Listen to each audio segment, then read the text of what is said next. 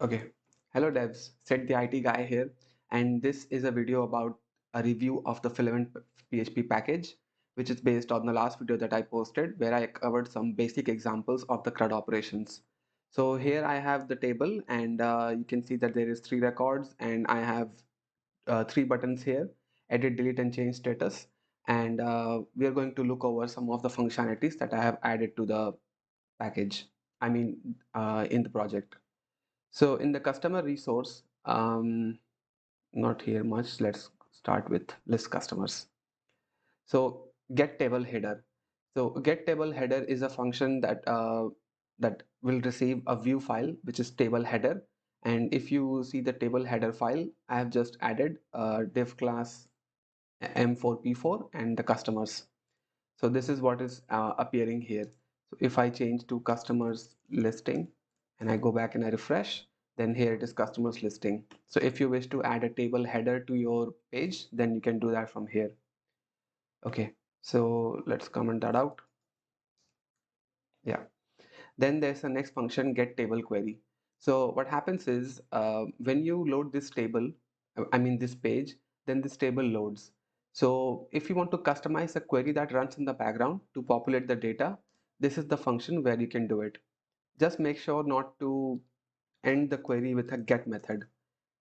The get method is something that you shouldn't call here because this function only expects a builder object to be returned, not the actual records from the database. So if I change this to this and refresh, then there is only 2 customers. I also installed the debug bar package. So when I open it, I can exactly see how many queries I am running and which are the queries they are. Okay. So the next thing, this pagination thing. So default, it has 10, 25, 50 and 100. So what if we wish to customize that? So there is a function for that. Get table records per page select options. This is the function where you can pass a simple array of some numbers and it will automatically populate here. Next. So here is the question that one of my subscribers asked where they wanted to add a custom table content footer. So this is the function that will allow you to do it. So this accepts a view and inside the view you can pass a dynamic value inside it. So in the table footer.blade you can see that I have added the same number of TD elements as the parent table, and at the last I have the value. So if you refresh, now we have the custom footer right here. So you can add that and write your own logic to populate the data there. So yeah, then the get title. So if I just copy it and paste it here. Okay, so now let's say customers listing. Refresh and the customers listing came here. So this is the function that we can use to specify the header for the page. That's it. Yeah, and at the last we have the customer table empty state. So this is the function that will help you to customize the behavior of the page when there is no data to display. So in the empty table.blade, you will see that I have added only one TD element which has a call span of 6 and it says no data found. So that is the one that will show here. So we can customize this with your own CSS classes and everything. Okay. So, okay. Yeah. So now let's make the table searchable. So we have this search element here, and in jQuery data table, we can type anything and we can customize the behavior in the background, how it will run. So we can do the same thing here, and we can write this function is table searchable. It should return a Boolean value. So we have returned true. So that means that it will appear here, and apply search to table query function, which is the function which will customize how we can uh, make the results come back from the search. So here's the search query, which will accept one variable, which is get table search query. So that is the value that we type in here. So if I show you customer 3, then yeah, that's only customer 3 that is returned. So here I have said where email like percentage search query or where name like search query. So you can provide your own builder object here. Again, this accepts a builder object in return do not call the get method here. So here you can customize the search behavior, and in the get actions we have our usual create and edit action. I haven't created my own yet. Yeah, so that is that. Now let's see. Yeah, so now let's see the delete behavior. So what I wanted to do here is I wanted to customize some things here. So in the table, I'm sorry, in the customer resource file, in the form we have name, email address, one address too. It is fine. We don't have any filters. In the actions, we have created our own delete action method.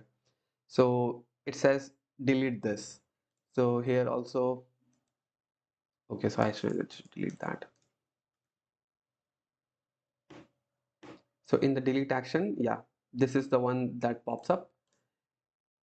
So the model heading is delete customer, and in the model subheading, I wanted to display the customer email there itself, so we can exactly see which customer we are deleting. So it is saying sure to delete customer2 at gmail.com. So this is how it is done.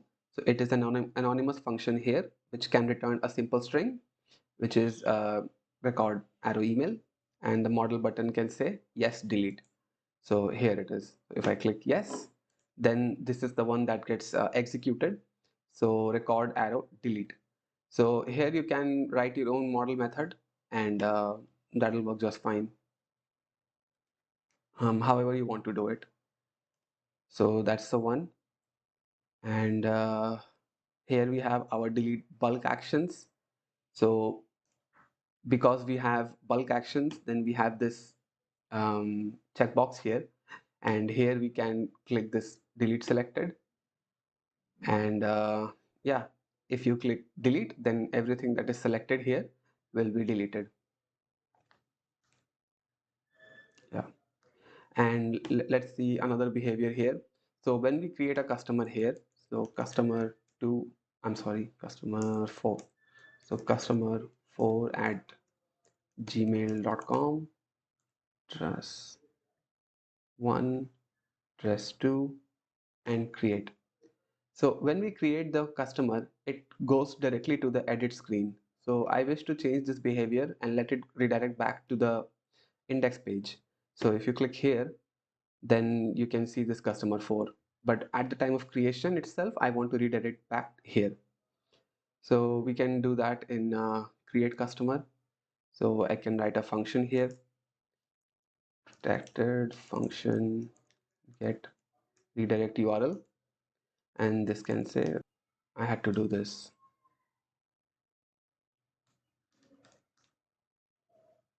Yeah, this should work just fine. I apologize. So customer 8,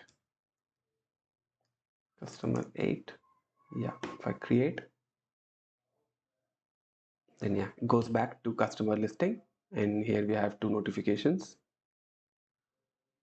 Yeah, so this is the kind of behavior that we are expecting. So there are some customizable functions here that we can write. So just read the documentation a little more and let me know if you have any other questions. I'll be happy to create a video on it and address your doubts, and possibly it can launch me into exploring more functions, and I can build some use cases out of that. So thank you for watching, and subscribe to my channel if you like my content. Thank you.